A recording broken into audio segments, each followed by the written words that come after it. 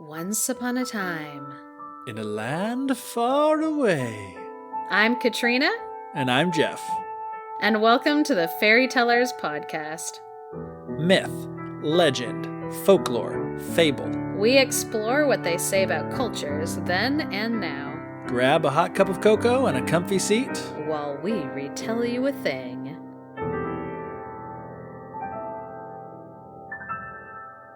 Welcome to the Fairy Tellers podcast. We're happy to have you back with us. And we have another very exciting topic that we're going to be talking about. Geoff, this episode was your idea. Yes. That you came up with. Yes, it was. Would you like to tell us why you came up with this idea? I came up with this great idea to talk about Mulan because the movie was going to be coming out on March 27th. And I was like, oh, that would be a perfect timing to do this episode in March. And it's been on our calendar for months. Also, I'm just a huge fan, as anyone who's listened to the podcast before may know, of the Mulan Disney movie. So I was like super excited for it.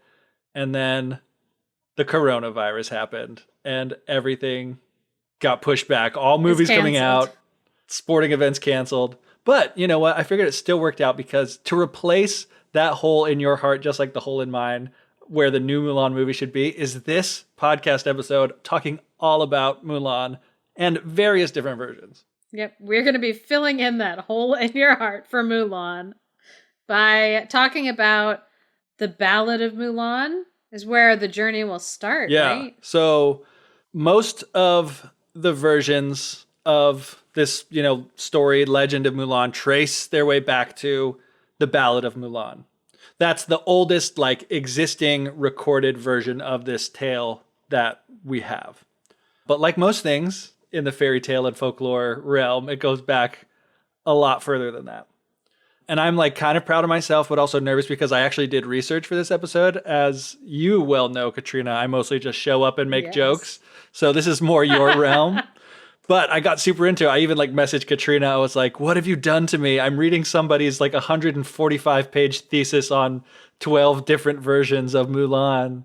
But it was super interesting. So no, I'm glad because then you shared resources with me so then I could dork out on it. Yeah, and I found some really good stuff. So if you want to know more about Mulan, I know a couple of good books and articles that you can read. So here we go with the Ballad of Mulan. And I'll start off again, just another minor delay that this might be a little weird because this poem is actually pretty short, so there's not a lot to summarize. It's going to be almost just translating it in my own words, basically, but we'll see how this goes.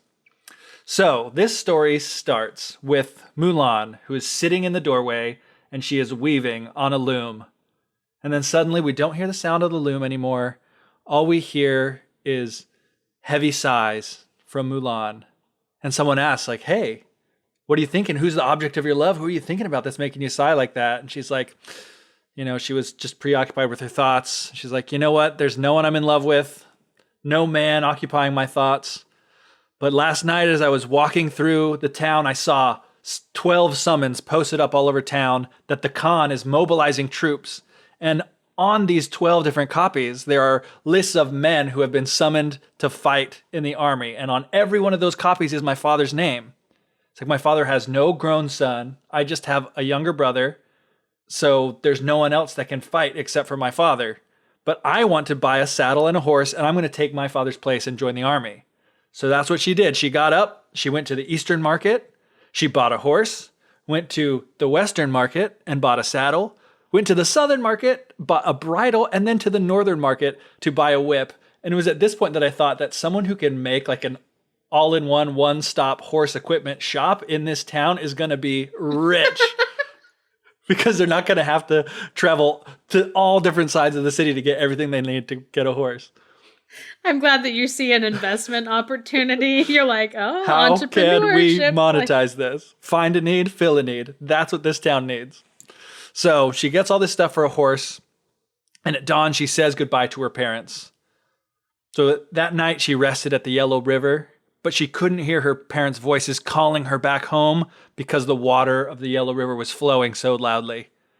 And then at dawn the next day, she left the Yellow River and she rested at the top of the Black Mountain. So she couldn't hear her parents' voices over the sounds of the horses of the army.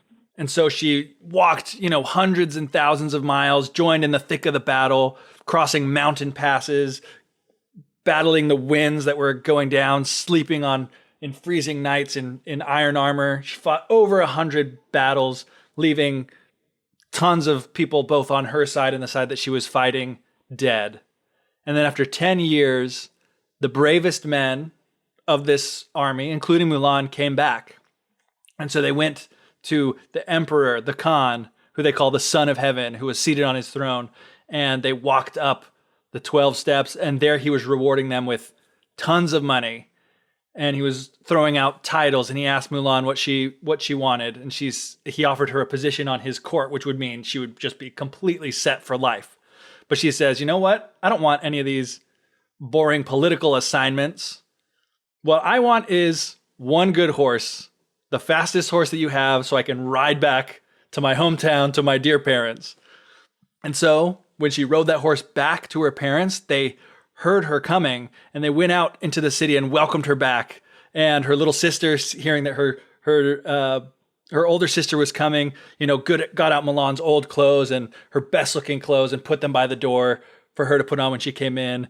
Her little brother started sharpening the knives, getting ready to butcher pigs and sheep to have a big old feast, which is like, that kid thinks like me. It's like anything to celebrate with a big old feast, I'm down with. Yeah, he's like, we having a barbecue, right? That's what we're doing next. And so she comes through the gate, she goes back down to her old room, and she takes off the armor and the clothes that she had worn, dressed as a man for battle. She puts on, the old clothes that she used to wear and puts on makeup.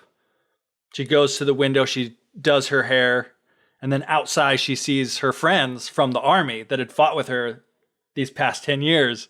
And they were completely flabbergasted because they had no idea that the whole time that they were fighting with this super brave BA warrior, that she was a woman. And they were like, we marched together for 12 years and we had absolutely no clue that Mulan was a girl.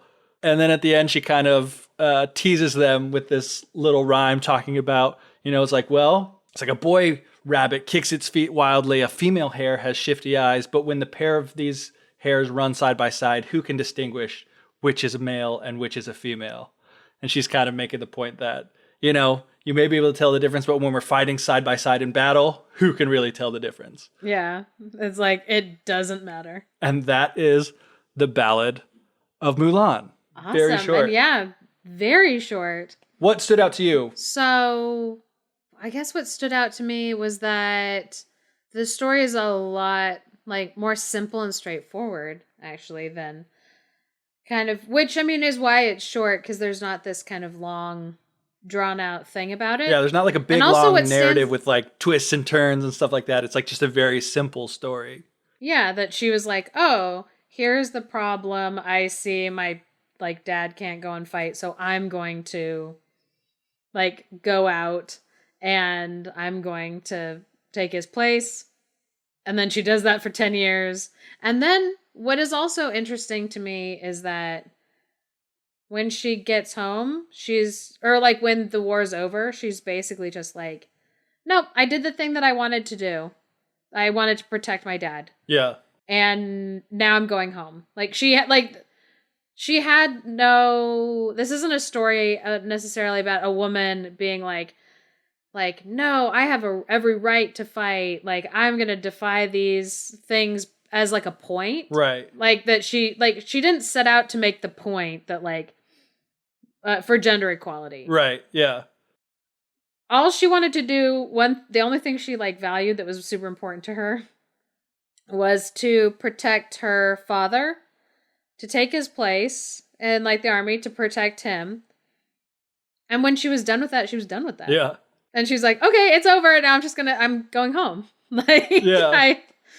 Totally. Thing. And I thought it was interesting. And, lots of the sources that I looked at bring up the fact too. It's like when she dresses as a man, it doesn't make that actually clear. And it never explicitly states that she was dressed as a man until the very end, when she goes back and puts on her old clothes, and then all of her war buddies were surprised, which I thought was really interesting. So it's you can see where the bare bones, if you were to give a summary of this story, you'd be like, oh yeah, that's totally like the Disney movie of Mulan. Like she goes into war in place of her dad. She comes back a hero.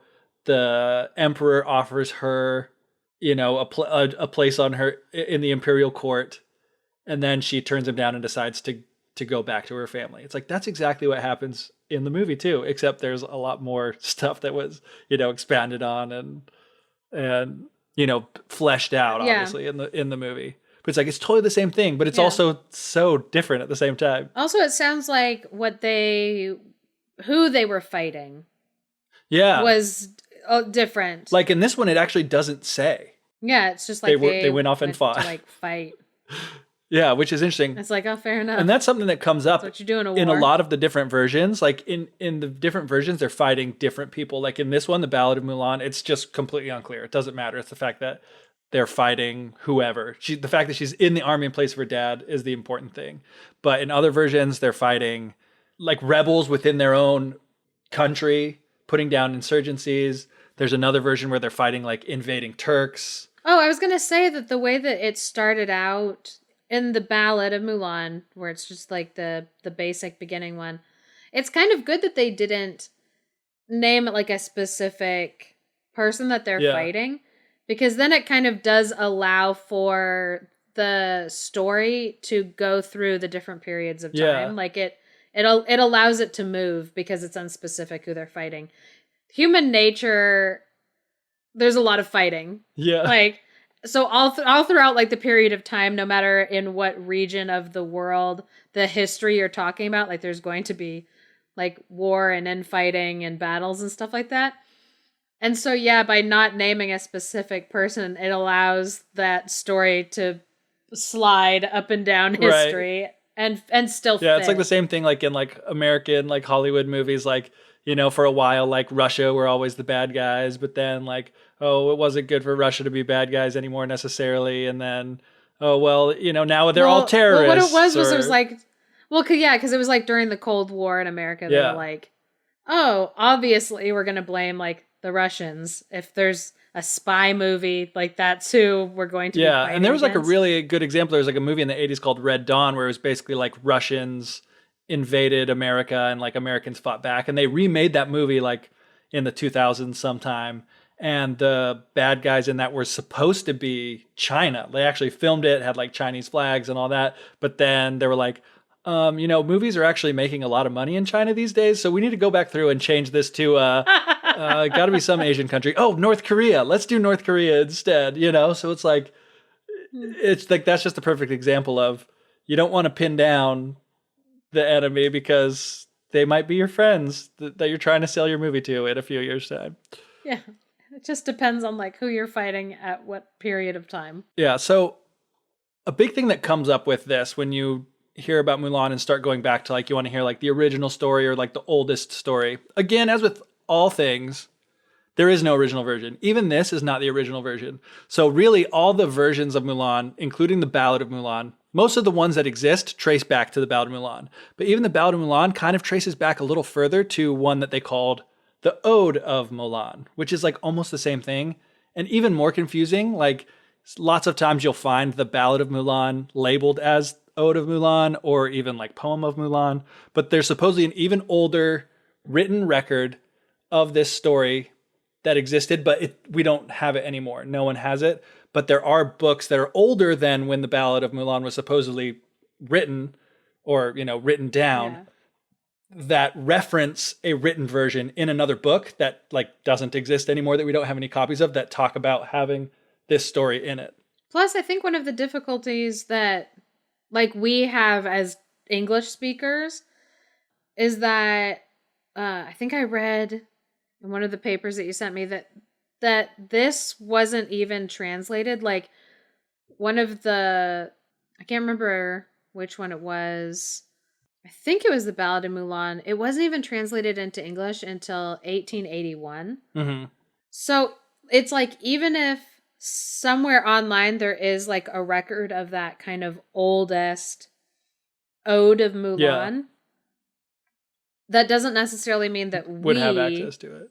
I would have access to it. Yeah, but I mean, because it's like, yeah. Yeah, but the thing that I was saying too is like, even, like in Chinese or in whatever language maybe in the area before what we would recognize now. Like they don't have a version of it that exists. They just have references to an older version. And even then, so the Ballad of Mulan, we never said, was recorded sometime in the 5th or 6th century. So it's like 400, 500 AD, which is crazy. But even in this early version, they don't attribute an author because this was kind of a project like has been done in other places, although long before it was being done in Europe, where they were having people like officials that worked for the government collecting these folk songs and folk stories. And that's what this was. It was a folk song that had been going around that they had collected and tried to preserve. So they think it might have been going on for a long time before then.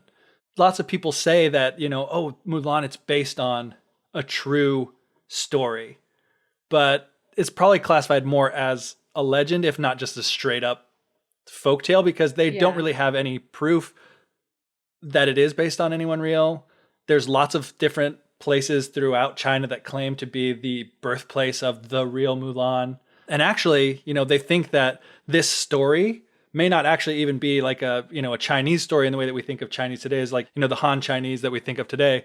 Because in the time that this was written, there were two kind of dynasties in China. There was the Northern Wei dynasty and then the Southern, and they were fighting between each other. And actually the Northern Wei dynasty was like unified by this nomadic warring group that kind of came in from outside. They were called the Xianbei, and they were the ones that were unified and ruling over this area. So really the government at the time was in the hands of foreign people rather than, the people that were of that area. And of this, nomadic warring group, their women were skilled horse riders and archers and warriors. And there were lots of stories and songs, like folk stories and folk tales and songs of these woman warriors. So that's where they're thinking that, Mulan actually even comes from really if you trace it all the way back, which we can't do in any written record, but it probably goes back to even a non-Chinese origin, which I think is fascinating. What you were just talking about with being like skilled riders, being nomads and stuff, you just reminded me of Mongolian people. They're nomadic, or they used to be nomadic, and they're in that space between like China and Russia. And they're known for being nomadic, and so they're all really skilled like horse riders because they have to be, because that's how they move their group around, is like horseback. And so now which, going back to like the Disney movie and like the fight, there's like the Huns. And so it's like kind of that whole region of like mountainous, cold, horseback riding, like right. Yeah. And it's really interesting too when you compare it too, is like saying that like this story may actually come from like this non-Chinese origin that are from a group that are similar to, they're not the Huns or Mongolians, but this other nomadic group that's actually more similar to the people that they're fighting in the Mulan movie than they are to actually like, Mulan and the emperor. And another thing that they talk about too is like they use both the word emperor and Khan as like the leader of the area that Mulan is going to serve. Like she talks about how she's going to serve the Khan, which is like when you say Khan, you also think of, like Huns and Mongolians and those people. That's not something you really think of as being Chinese, which is also interesting. And, the thing of talking about horses and being skilled with horses, when Mulan is making that transition from being, in her like, normal feminine space to being in like going into that masculine space, in the Disney movie, she's like putting on armor, she's cutting her hair, she's wearing a sword. But in this, it's like she's going out and buying a horse so that she can go and join the army, and buying the things that go along with being a horse. And that's the thing that signifies, that transition from feminine to masculine, which is also interesting because the very first thing we see Mulan doing in this story is she is sitting and she is weaving on a loom, which is like, okay, first of all, fairy tale, like 100%. Everything is about weaving and textiles. And if you're a woman in a fairy tale story, you're going to be doing something like that. Which, to me, like historically, the way civilizations have kind of like split up jobs, like job description, it's always based on dividing up time and skills. And some people, I mean, obviously this is like still a subject that's like always like in great debate about what qualities are innate, what's nature versus nurture, what's cultural, what's our like environment. But kind of just the facts of biology is that if you have a uterus, you can have not, there's a lot that goes into making a baby, but people who have uteruses make babies traditionally because of biology. Hopefully I'm not saying anything that anyone's like scandalized by. And after you have a baby, the mom physically is the one who can do the most for that baby. Yeah. I'm talking about breast milk. Mm-hmm. and so like women spend a lot of time of like in their life. I'm like, you're menstruating, mm-hmm. which makes like going on hunts and stuff just messier, like more problematic. Yeah, it's just more difficult. Yeah.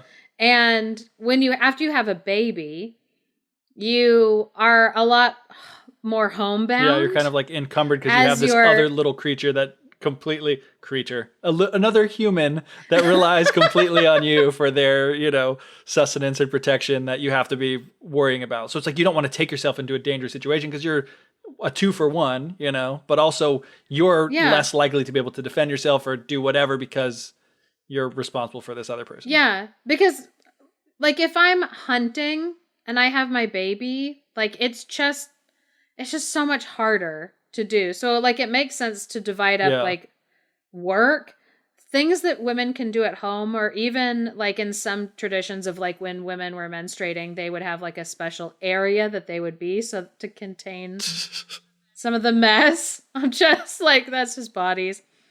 And what they would do usually with that time is kind of the more sit down crafting things, whether it's like weaving baskets, make it like, it was just like, okay, I'm sitting, spend it like, what do I do with this time? Especially like, okay, I just put this baby down for a nap.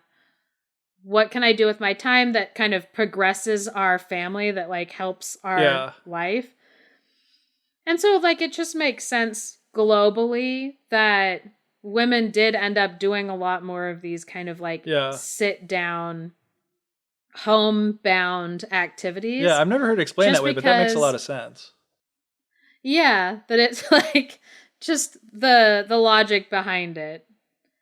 Because it's not necessarily, women aren't as good at hunting because like men's eyes are better or men's legs are stronger or like whatever. Right. Like, no, because traditionally women would do the protecting of like their home. If men were away, women were like taught and strong enough to like use weapons to fight off anybody who came into their space, kill any animals that might be trying to get close to their fire to steal their food or like whatever. So women could physically protect themselves at that home base, but it was just harder to move around when you're trying to corral 1 million kids.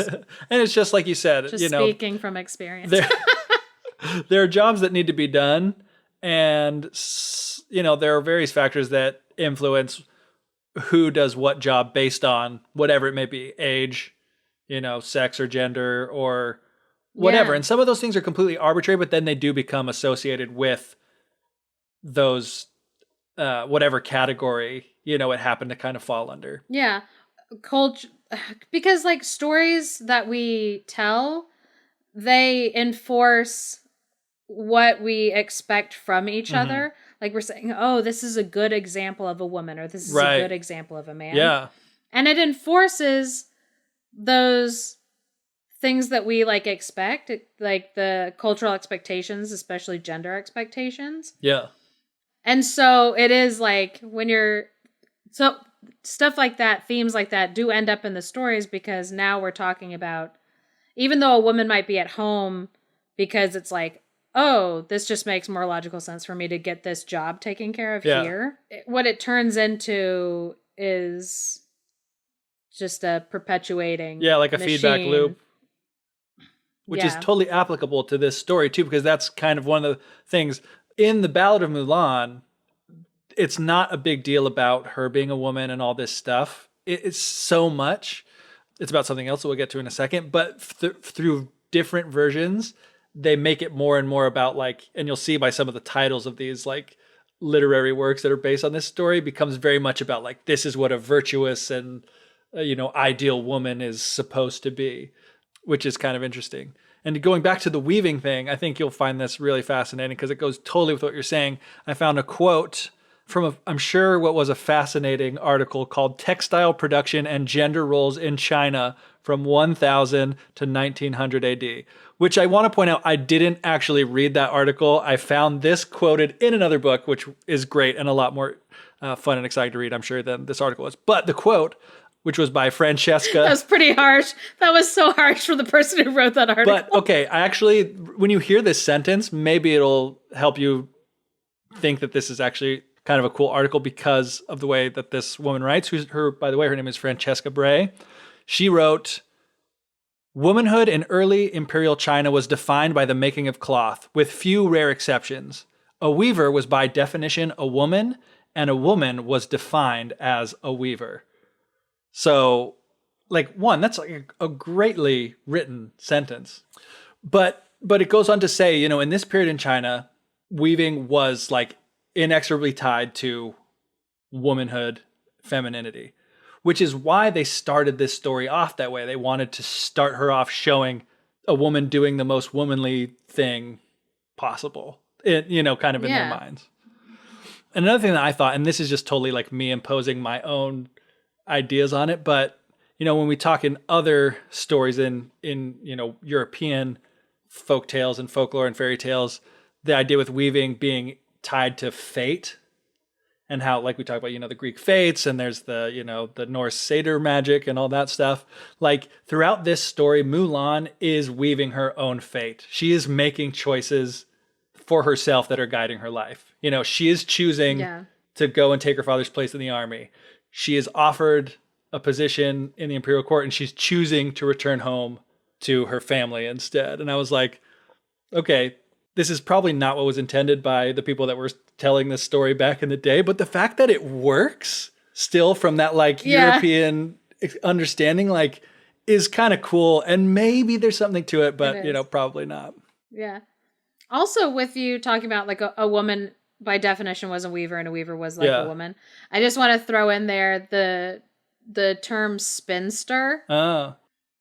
That we know now it has like a negative connotation. If you say somebody's a spinster, it brings up this like idea of like some old lady angry sitting with a cat, just being like, I hate everybody and I'm old. But like originally, like a spinster was just like any woman who was sitting and spinning like thread, which basically could be any woman because they were like all kind of that was just kind of a regular chore to keep done because there was always cloth and stuff that needed to be made, stuff that had to be produced. And so basically, by that kind of definition, any woman in that period of time could be considered a spinster, and a spinster could get together with her friends and all hang out, and it was just a group of spinsters. Yeah. So it's funny that it's like a weaver is like a woman and a woman is a weaver. My question that I'm pretty sure like you don't have the answer to is if there's like an equivalent for men. Yeah, I don't know. In the Chinese, which I don't think that there's like an equivalent where like a man is a blank and a blank is always like a man. In like English. Yeah. The same way as like with spinster. Right. Which is this kind of also a side interesting topic of how like men for centuries have been seen as like what's normal. Uh-huh. And then like women are like a subsection of humanity, even though we're 50% of humanity. Yeah. And so like, it's just interesting. That's like, oh no, a woman is defined by her job or her relationship to a family or her relationship to like a household. Yeah. But then men are like, no, it's just a guy. Yeah, and that's a great segue into the next thing I want to talk about because, we talked a little bit how she's defying these gender stereotypes and even defying her family obligations by leaving and going off to war when, that was not what was expected of a young woman, considering the fact that everyone was so surprised when they found out that she was a woman.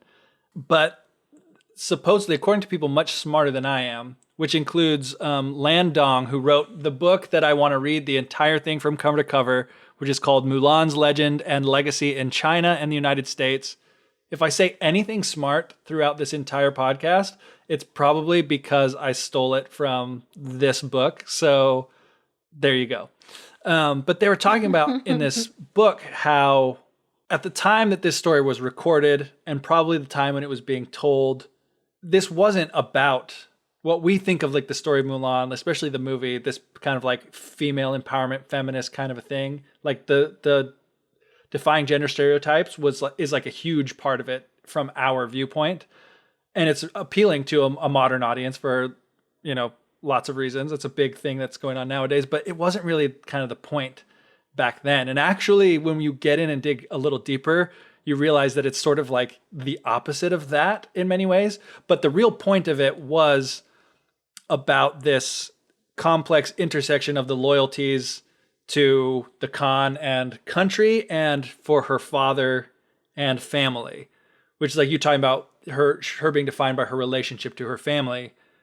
That really is kind of one of the things it's about. But they also say that it's like was supposed to be more of a critique of the warring culture at the time. Like she was so upset that her father was supposed to be going into war and she had to go and do it. And this version, they don't go into big passages talking about like how great of a fighter she was and how much she relished, shedding blood and all that. It just talks about like very matter of fact, like she went off, she fought, they were in battles where lots of people died. It doesn't glorify the violence at all. It just is saying like, this is what happened. And when she gets back and is going to be rewarded for that, it was like a big deal and makes it super clear that her loyalty is not to the state and to the country. When she refuses that position, it says, no, I'm going from the emperor or the Khan. Because like if an emperor is telling you like, you are amazing, I need you to be my advisor. And she's like, no, that is a bigger deal than if you live in a time and a place when like it's very easy for me, like if somebody was like, we want to give you a job promotion, and me be like, no, like I don't want that, I don't need that. But if it's like an emperor saying, oh, you're really great at this, I want to give you this job, it almost seems like it's less of a request and more of a like you're being voluntold that you need to do something. Exactly. And, she never directly criticizes the Khan or anything like that, but it makes it very clear that her like she was being loyal to her family, which is also kind of complicated because it goes back to talking about how defying the gender roles weren't the point of the story. Because, like it was super risky for her to go off and join the military. Like obviously she could die in battle, legal consequences, which in the Disney movie they talk about, she would be put to death for that, which it does not talk anywhere. And most of the versions that I saw, it doesn't mention that at all, but it does say legal consequences. The only version that I read about that included that kind of legal consequences of like, if a woman's caught pretending to be a man in like the military, or there was like another one, I want to say it was like school or something. If like that idea of like, oh, you would be put to death if you were caught pretending to do that. The only time that it shows up is in a book from, I believe it was the 1970s called The Woman Warrior by Maxine Hong Kingston. And so that kind of like legal ramification. And so it's like, I don't know if it existed at the time. Yeah, was that a thing or just, something to up the drama? And then... But still, going into war, there's like risks. Yeah, and they talk too, like specifically being a woman going into war, like being surrounded by men who are in these like violent situations all the time. They say, the risk of like sexual violence would be a real thing. That would be a very big concern. Yeah, considering like it still is.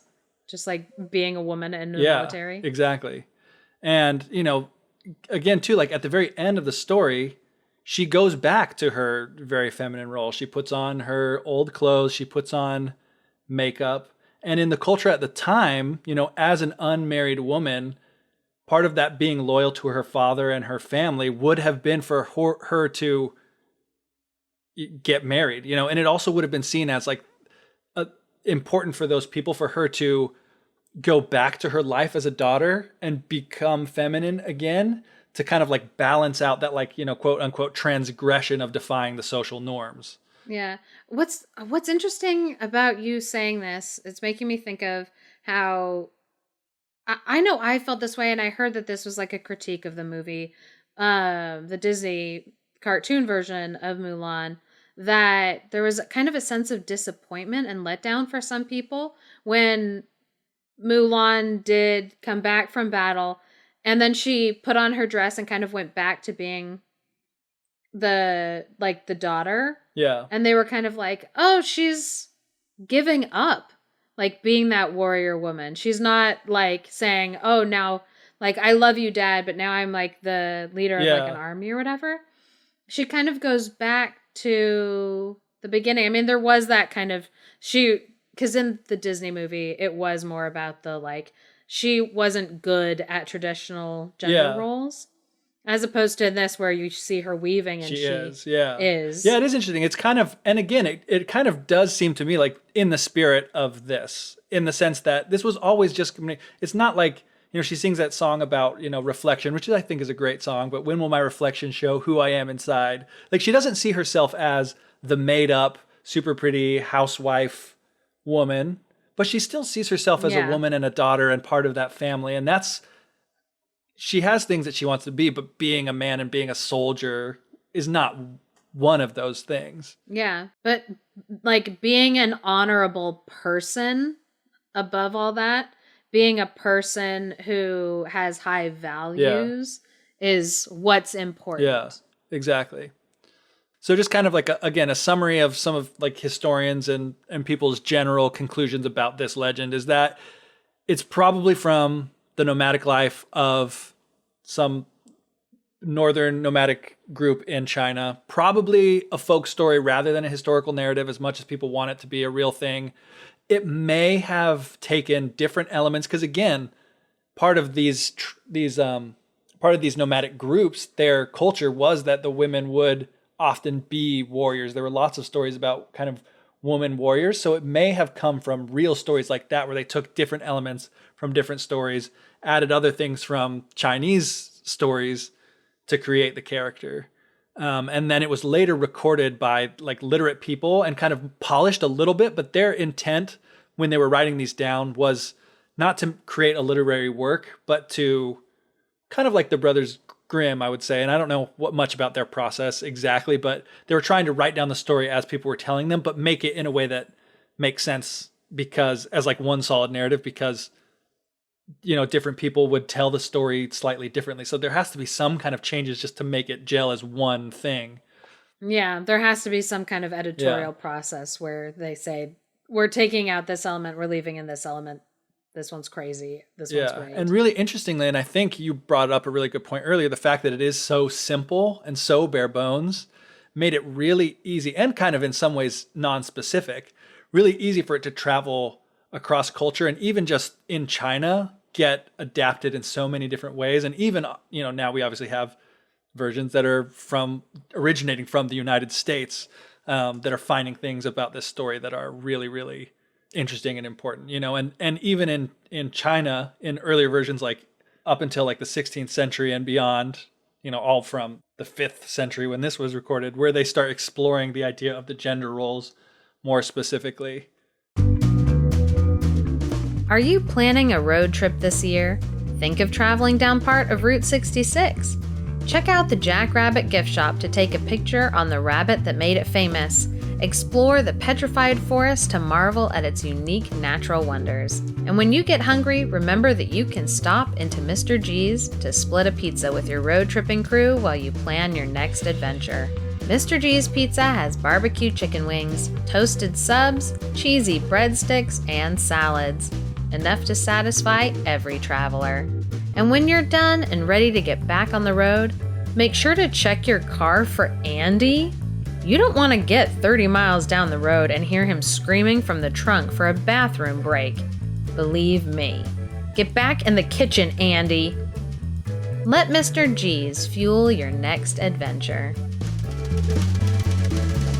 So, do we want to get into another version I think so, yeah. All right. So, Katrina, you're going to retell / real time translate line by line the Song of Mulan, which is also super short. Yeah, so it is funny because again, like it's super short, and so I'm like, if I just read it, am I plagiarized? So it's like it's pretty much I'm telling you everything included, not sparing any details because it's not that super long. So this was a song, and this was actually written down by a known composer, Wei Yunfu. Again, I always hope I'm saying things right. Yeah, I But meant to at the make same like time, a. I'm 100% sure that I I meant to don't. make a super, catch-all CYA at the beginning is like, I don't speak Mandarin, I don't speak Cantonese, I have no idea how to pronounce anything. So I'm sure I'm pronouncing every single Chinese name completely wrong. So please It's like, forgive us. people, please, please, please, we're sorry. So this composer, he's not going to come back and fight me on how to pronounce his name since he wrote this in about 750 AD. So he's not going to attack me. But he was the person who wrote this song, and that's kind of why it's so short, is because it was meant to be played with music and just be a narrative song. So again, it starts off with Mulan is sighing while she is at a loom weaving, and somebody asks, "Why is your heart so sad? I wish that I knew the reason behind your sadness." And so she kind of composes herself and she replies, "My father's been drafted into the army. He doesn't have strength. He can't join an expedition and march for 10,000 miles. His son is too young to take his father's place. His horse will stumble through the deep sands. The fierce winds could attack his skin. He's super old. He is sick. He's not going to make it." So she's just really concerned about his physical health. That's kind of the main focus of her lament, which is a little bit different from the other one, that there's so much specifically about her decrepit father. So Mulan decides she will take her father's place. She feeds his horse. She takes her place among the soldiers. She removes all the silk clothes. She washes away her makeup. She rides her horse and reports for duty. So she's full of courage, and at dawn, she is there like with everybody doing what she's supposed to do. At dusk, she's right alongside of them, and she fights, and they end up fighting.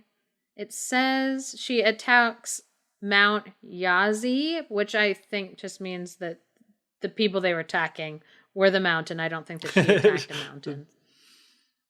It's a song. It's artistic, people. But it also says she captures the Kaiyang. I'm not sure. Kiang, maybe? I don't know who that is. Kiang.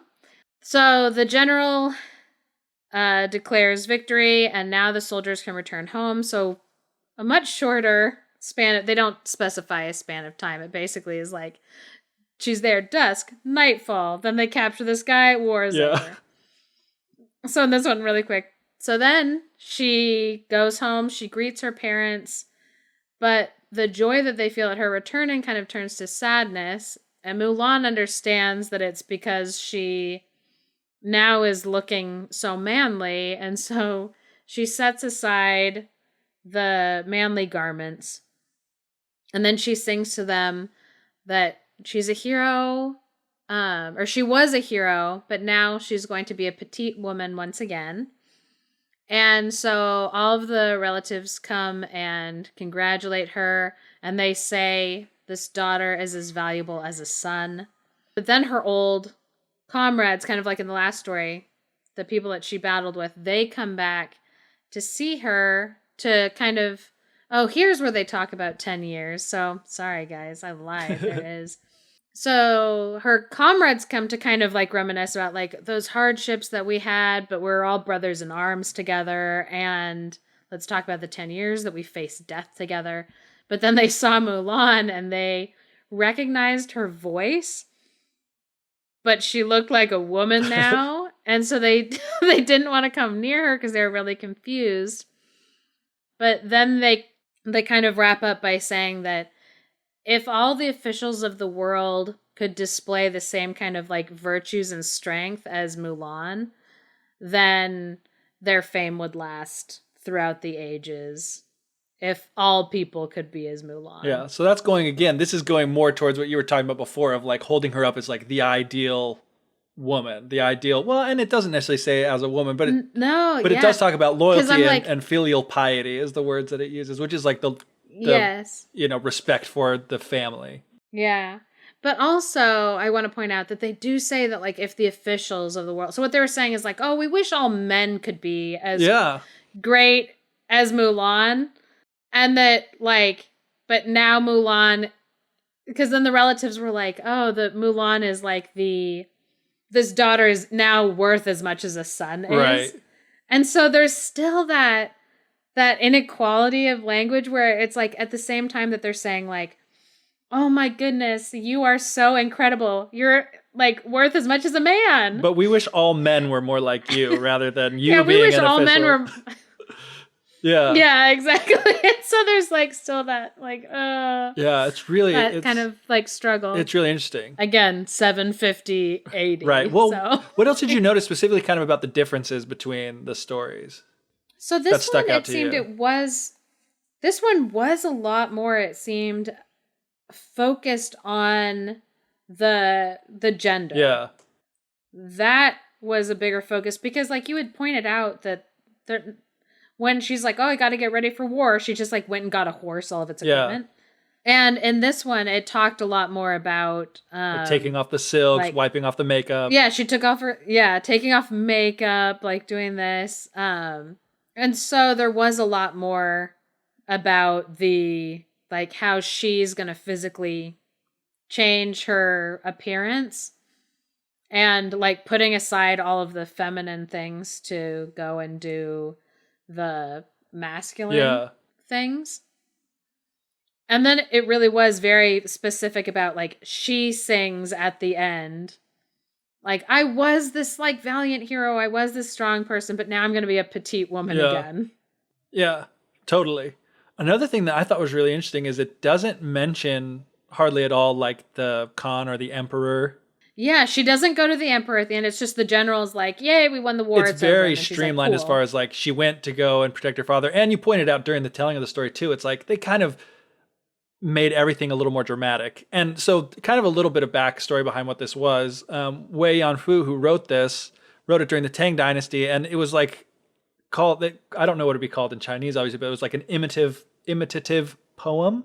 So it was meant to imitate even like the composition of the Ballad of Mulan, but the way that it was written, everything like the more polished writing style and stuff gives it away as being clearly like a literary work, and it is assigned to a specific author.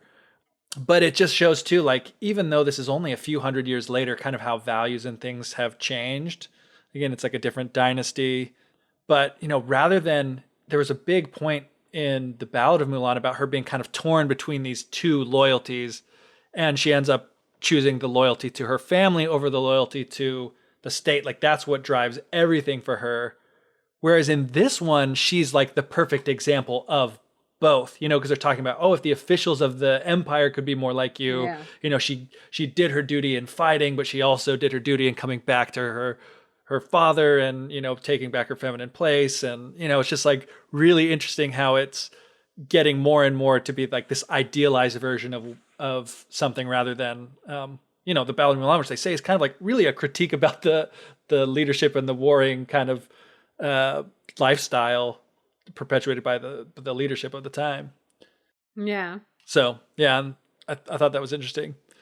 I want to bring up another thing. It's called A Poem Dedicated to the Mulan Temple by Du Mu. And this is actually like inscribed at a temple called like the Mulan Temple or the Temple of Mulan on Mount Mulan, which is in Hubei province, which I would have no idea where Hubei province is, except for the fact that the capital city of Hubei province is Wuhan, which has been in the news quite a bit lately. It's like, again, we didn't plan this. No, and this temple is like... we planned this in so many months ahead that, yeah. Yeah.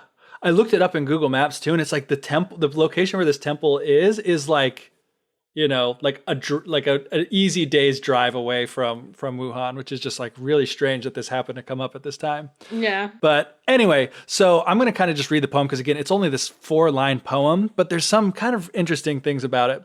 So it says, bending the bow in a campaign, Mulan acted as a man.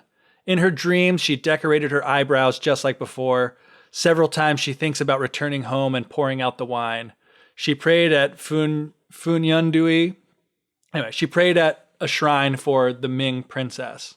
And it's like, in those 4 lines, it's all about not only, her acting as a man and then returning to this kind of like more feminine thing. It's like talks the whole time about how she's just longing to return back to that feminine life. And even the reference she makes her praying for the Ming princess, that is a reference to Ming Princess Wang Xiaojun, who acted as a peace emissary, who was married off for political reasons, who was seen as doing the right thing, again, for the state and for her family by being married off and acting in a very traditionally feminine way. Yeah. So it's just really interesting how this explores gender and gender roles, but in like kind of an opposite way to how we think of how the story of Mulan, like the Disney version that we've all been used to, explores them, Yeah, because the movie Mulan that was made in America was very much made in a modern and Western ideas and context. Yeah. And so it's interesting to see how they, in like the poem that you just read about, how it is talking about how like kind of the ideal woman is one who is fine being culturally feminine or whatever, but then doing what needs to be done, whatever that is.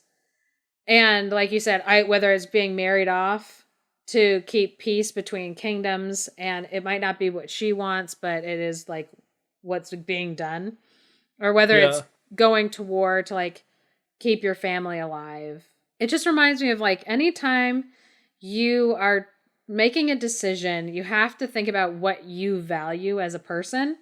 Mm-hmm. And you can have lots of different values, but usually they outrank each other. Yeah. And so it's like they might value kind of cultural femininity, like how they define that. But above that, they value protecting the family. Right. Or like protecting. And so it's like, this illustrates, we want people to be feminine. We want them to, be happy, putting on their makeup, putting on their silks and sitting, weaving. But we also, above that, want them to be loyal to their family. Yeah.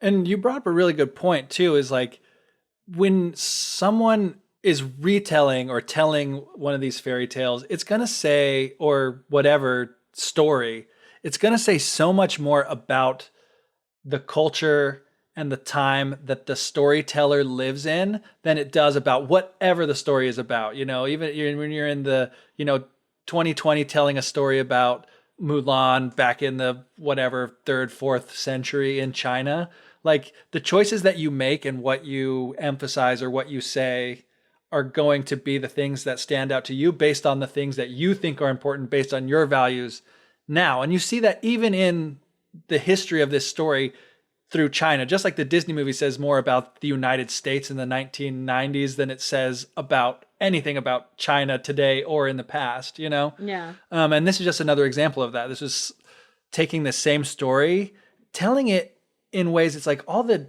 general details are still there. I mean, not the generality of her going off and fighting as a man and then wanting to come back to her family life. It's like, the story's there, but it's focusing on something that was important to that author and that time in that culture.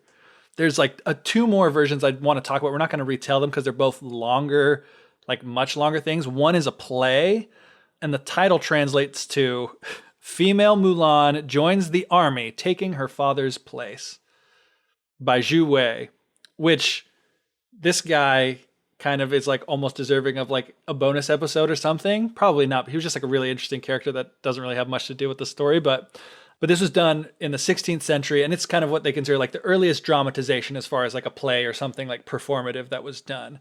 And this play is the thing that actually popularized Mulan's surname as being Hua, or pronounced Fa in Cantonese, which means flower. Also interesting fun fact, Mulan means magnolia. So it's like the magnolia flower. And like the magnolia, this is a Chinese magnolia, which is different from the magnolias that we have here, like in the United States, especially the southern United States.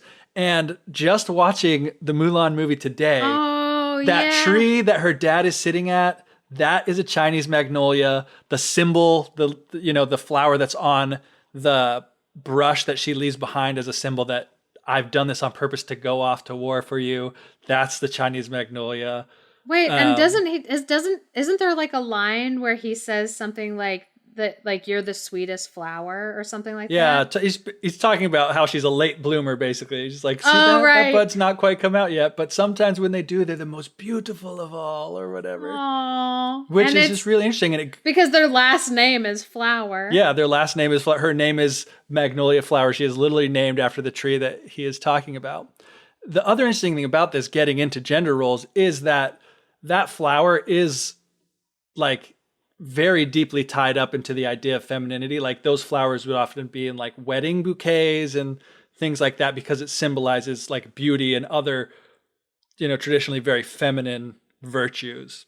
Yeah, it shows that they were aware of like that the name was a flower name. Yeah, and it's like, I downplayed in the ballad, like supposedly the point was not about the gender stuff, but that's obviously a big part of it. I think we pointed out before too, like in the Song of Mulan, talking about how it took it further. It's not just that it was her father that was supposed to go off to war, but he was old, he was sick, he was feeble, like he would not survive. In the Ballad of Mulan, it doesn't say anything like that. It just shows that she would rather do it instead of him. In this one, her father, in this play, her father was like, had served in the imperial court. From a young age, she taught Mulan about the liberal and martial arts. And it specifically says that she was 17 years old, which I thought was kind of just an interesting point. But like the Song of Mulan, this one goes into a lot of detail, talking about the change from female dress and clothing into, the male soldier's clothing. Specifically, they talk about like how she unbound her feet, which is interesting because that is interesting. Like it's anachronistic to the story that he was telling, because during the time it is anachronistic, but it's not, but again, it's about his culture and his time. So he's telling this thing about this story that took place long ago, before that was even a thing. Before foot binding was a thing. I'm just stressing that that's what we're talking about, just because I don't know if our listeners know what the foot binding was. Yeah, so it was like basically, like I don't even know that much about it besides like just really tightly binding the feet to make them really small. And that was, during this time in China, the thing. Like we talked about, being a weaver was the thing in the Ballad of Mulan that signified that she was a woman. Like the foot binding is one of the things that is like, that is something that really clearly sets a woman apart from being, from being a man. That's what sets her apart as a woman. So foot binding started, I just Googled it very quickly. Women started binding their feet. It has a very long history, to look more feminine, according to what one leader thought was feminine. But it would make it so that they were basically hobbled, because your body is supposed to grow a particular way because of evolutionary reasons. So that and if you restrict that growth and it starts to like bend the bones, it kind of hobbles you. But if you see that as like the most beautiful, but it apparently started in the 12th century. And so Mulan, the Ballad of Mulan, greatly predates. Yeah. But it makes sense that in this plays from the 16th century, right? That you're referring to. Right. Yeah. Yeah. So it makes sense that was what was going on. Yeah. And another thing or that he would kind of equate that, but yeah, it would end up being kind of right. The thing for him that signifies her as being feminine is the foot binding. And the other thing that's interesting too is like throughout the whole play, she has to unbind her feet so that she can do the things that she needs to do in the military. And she's worrying throughout the play if she'll be able to rebind her feet so that when she returns, she'll be, quote unquote suitable for marriage. Yeah. And at the end of the play, she does. She goes home, she rebinds her feet, and she enters into an arranged marriage. A thing that I thought was super interesting about this, it was kind of like a little side note in the book that I was reading, but they're talking about how the way that theater was done at the time, the type of performance that this would have been, the actor playing the part of Mulan would have been a man playing Mulan, going from, That's dressing as a woman to a man back fascinating. to a woman. Yeah. It just reminds me of like Peter Pan, that like Yeah. the play Peter Pan would be played by a woman, like a grown woman. Yeah. But and then also there is like a long history even in like European theater of men playing all the parts, even in like Shakespeare's. Yeah. Yeah. That's what I was going to say too. So I thought that was interesting. That is interesting. You were correct to think that was interesting. A fun detail. The last one we're going to talk about is a book, I believe, and it's called The Legend of an Extraordinary Girl Who is Loyal, Filial, Courageous, and Illustrious. That's a really short title. Almost, the epitome of taking Mulan and giving her like that legendary ideal woman status. This one I want to include for all our fans of Giambattista Basile, because this one is the most graphic and crazy of them all. But this was written in like the 1830s, so it's a lot more modern. I mean, this is like Brothers Grimm time period, which that's in this podcast, that's what I use as my like, is it how much before or after the Brothers Grimm did this happen? I don't know how that became my baseline, but I just know for some reason 1830s. Well, because it is funny because like sometimes people think of like fairy tale gathering or like story gathering as beginning with the Grimm's brothers, as if like they invented the art of it. And so it is funny that it's like we keep being like, this predates them by thousands of years. Yeah, much like the printing press, much like gunpowder, much like a lot of things. The Chinese were doing it way before us, because they were recording the Ballad of Mulan in the 5th and 6th century. So this one, the kind of key points I'll hit on was, she dresses as a man to do all that stuff. But one of the things that was interesting, I think, because it comes into play in the Disney movie, is that this version goes into the fact that she's receiving instructions from the gods that are directly leading to their military success. And as a result of that, she's made a general. And when her gender's revealed, she's actually like, people are like, oh, you're actually a woman? Okay, well, instead of you being a general, we're going to make you a princess and basically adopt you into the royal family. And it's like, oh, okay. So, but at some point, like the emperor starts hearing these like salacious rumors about Mulan and thinks that because, she was such a great military leader and all this stuff, and now she's kind of part of the royal family, that she's going to be disloyal to him, and she's going to, try to take power away from him. And so she sends letters back to him saying like, no, I'm loyal to you. But he doesn't believe it. So in the end, she stabs herself through the chest with a sword, pulls it down, and exposes her heart as a true show of loyalty to the emperor, killing herself so she can eliminate herself as a threat to him and his rule. I hate that. Yeah, and it's like I understand though where they're coming from, of that self-sacrifice. Yeah. For the country, for the leaders, I understand where it's coming from. And what I'm saying is it doesn't resonate with me. But doesn't resonate with you. But I understand where it came from. Yeah, and this is why I wanted to bring this one up, is because it shows how much it can change throughout time. Because like the very first one we read, the Ballad of Mulan, the whole point of it was that it's a critique of the Khan and the warring and all that stuff. And she rejects his offer and she goes home to be with her family.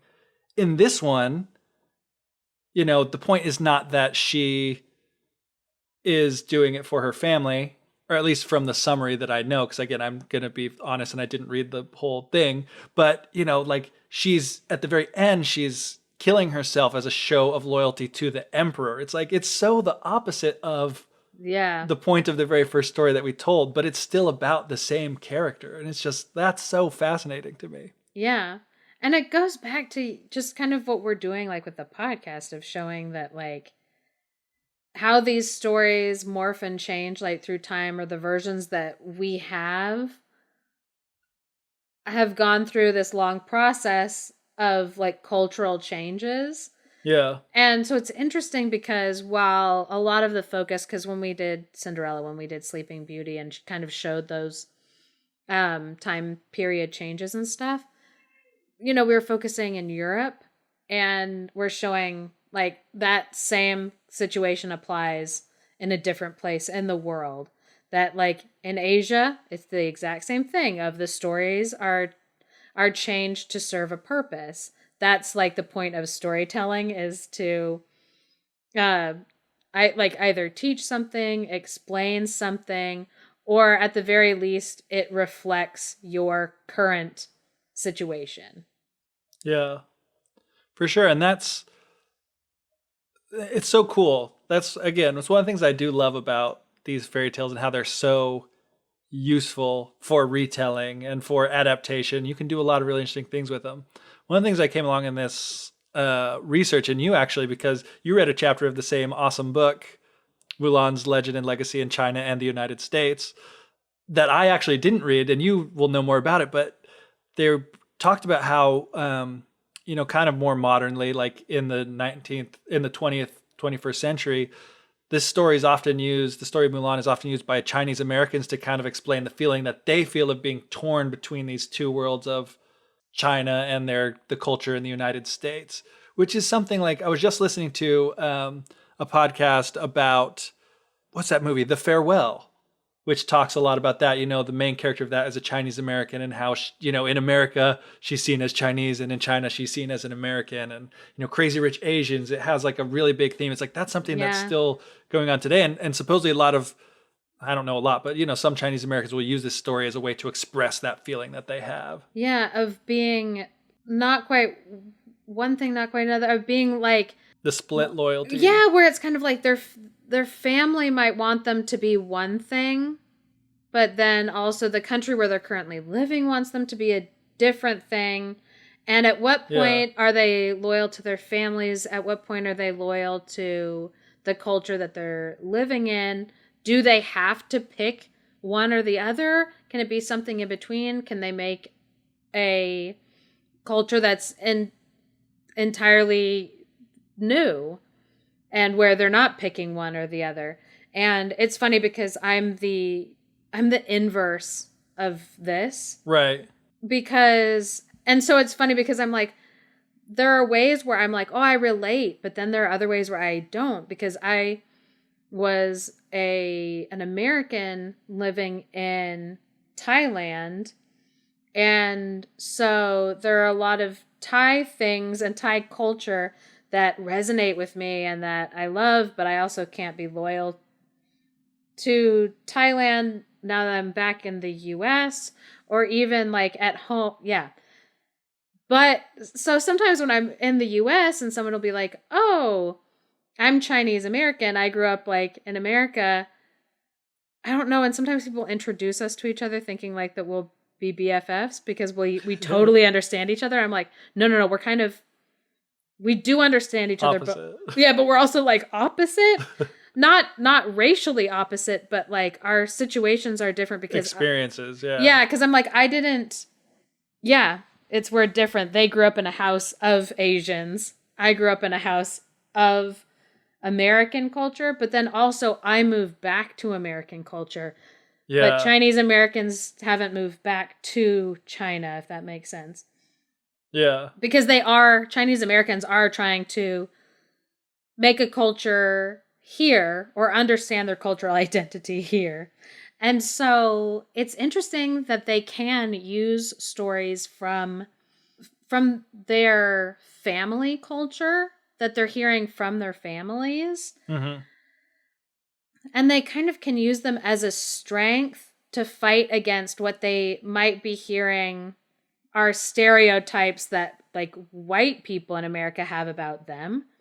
Yeah. And that's another interesting thing about the story of Mulan. The Western stereotype of Asian women, especially, is they are one of two things. they are either supposed to be like a meek, docile, submissive type of woman, or they're supposed to be this like kind of exotic, fetishized type of a woman. And that's like, unfortunately, the stereotypes that have been kind of like in the Western culture, like put upon Asian women's bodies, that like you have to be one of these two things.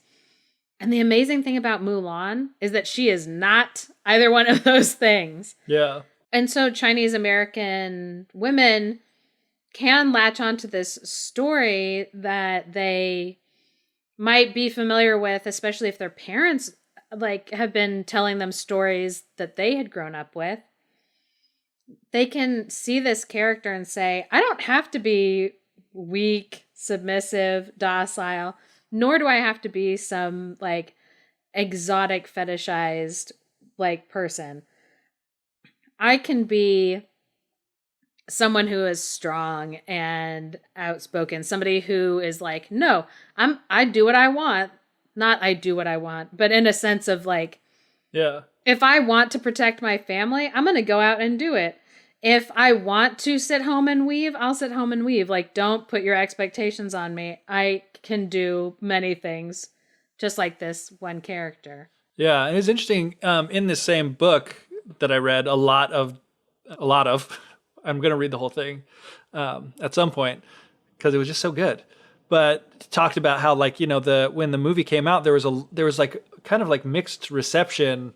Like in China, there were lots of people that loved it, like critics, Chinese movie critics, and people. But there were a lot of people that didn't like it because it was so different from their story. And there's, you know, a lot of people in the United States that talk about how, like, you know, it's irresponsible because it's like taking Chinese culture and making it like for show. It's like, it's not truly representing Chinese culture. No. They're just taking this story and completely Americanizing it and using like signs of Chinese culture. And, you know, they did a lot to kind of like, when rewatching the movie today after doing all this research, you see a lot of things where you can see how they did a lot of research and did stuff, and they kind of, you know, at least nod the head to the original story or to, you know, Chinese culture. Like, for example, in the lots of the versions, Mulan has a younger brother. And so in the Disney movie, she doesn't have any siblings, but she does have a dog named Little Brother. And like her horse's name is Khan, like the Khan that she was serving in the Ballad of Mulan and stuff like that. So, I mean, I don't know. It's complicated, but again, going back to the fact, it's like when I watch a Disney movie, no matter what culture that's being shown, no matter what's going on, I know that it's talking about America and now more than anything else. And, you know, there's lots of great positives to the, you know, sharing stories from other cultures, and especially things like folk tales and fairy tales. Like, there's been so many different versions along the way that it's like, this is just another version, and it may not speak to you, and that's okay, but it really speaks to you. I was like, it's my favorite movie, and I'm really looking forward to seeing what they do now in 2020, you know, like 20 years later, in the new version that comes out hopefully sometime soon. Yeah, because I'm finding really interesting, because I know there were a lot of people that were upset when they found out that they were taking out the music. Yeah. That they were like, this isn't going to be a musical one. We're not going to have Mushu. I think there were other things that they had specifically said were going to be like changed, and people were upset. But for the cartoon, especially in the 90s, I'm like, it made sense to have a funny like sidekick like Mushu. Yeah. Even though listening to it now, who was that voiced by? Eddie Murphy. Yeah, I'm like, Eddie Murphy, what is he doing in like China? Like, and he's like, he's just being Eddie Murphy. It's like, yeah, he's just like so Eddie Murphy, like on the side, like throughout, which Eddie Murphy's hilarious. But again, like it like takes it out of China and like makes it more about like what Americans love, like laughing about. Yeah. And also, yeah, maybe by taking out some of the songs, we'll also be able to, I don't know, see a little bit more mature and nuanced movement through Mulan's journey, instead of it just being about that gender dynamic or Yeah. about her like trying to find who I really am. Maybe they'll move back toward what this story was more about, that was less about her internal journey of discovering what kind of person she was, and Yeah. back to she knows what kind of person she is, and she's doing this for her family because that's what she values. Yeah, there's a lot of great opportunities. And as soon as Disney started like remaking all their movies in live action versions, I had no interest in like basically any of them, but I was like, they need to do Mulan because that will make such an awesome live action movie. But I also really wish they would have like a like R-rated version that has like all the blood and gore of like fighting and battle. I have not seen any of the live action remakes that Disney has done, but I really badly wanted to see this one, and I was planning on going out and like seeing it in theater. But yeah, no, especially when I've been seeing like the trailers for it, and you can just see it's going to be very tonally different from the cartoon. And so I feel like Mushu would be really, really out of place. Eddie Murphy does. Like, why is this happening? Although Eddie Murphy may be making a comeback, so we may see him in other places. Yeah. So just to go back to it, you know, like the journey I've been on through this process is like, I was excited to do this podcast because I love, like, Mulan is my favorite Disney movie.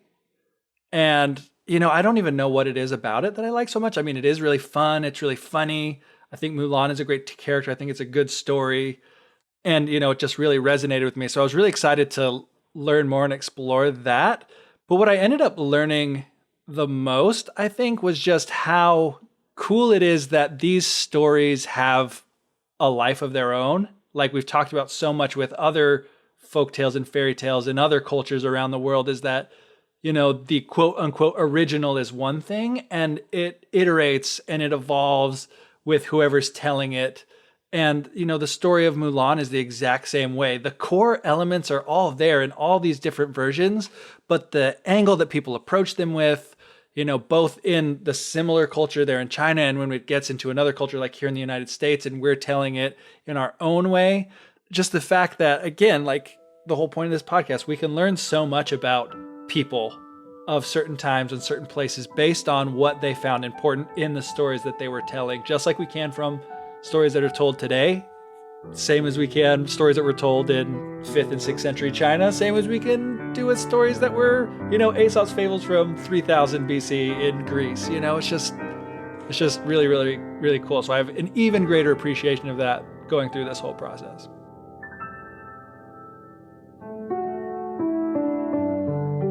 Thank you for listening to The Fairy Tellers. If you are enjoying what we're doing, please support us by leaving us a review or share us with your friends. Special thanks to Andrew Forey for our music and Clarice Inch for our artwork. This episode contains additional music from Kevin MacLeod at Incompetech Music. Check him out at incompetech.com. If you are a dreamer, come in. If you are a dreamer, a wisher, a liar, a hoper, a prayer, a magic bean buyer, if you're a pretender, come sit by my fire, for we have some flax golden tales to spin. Come in, come in. Invitation by Shel Silverstein.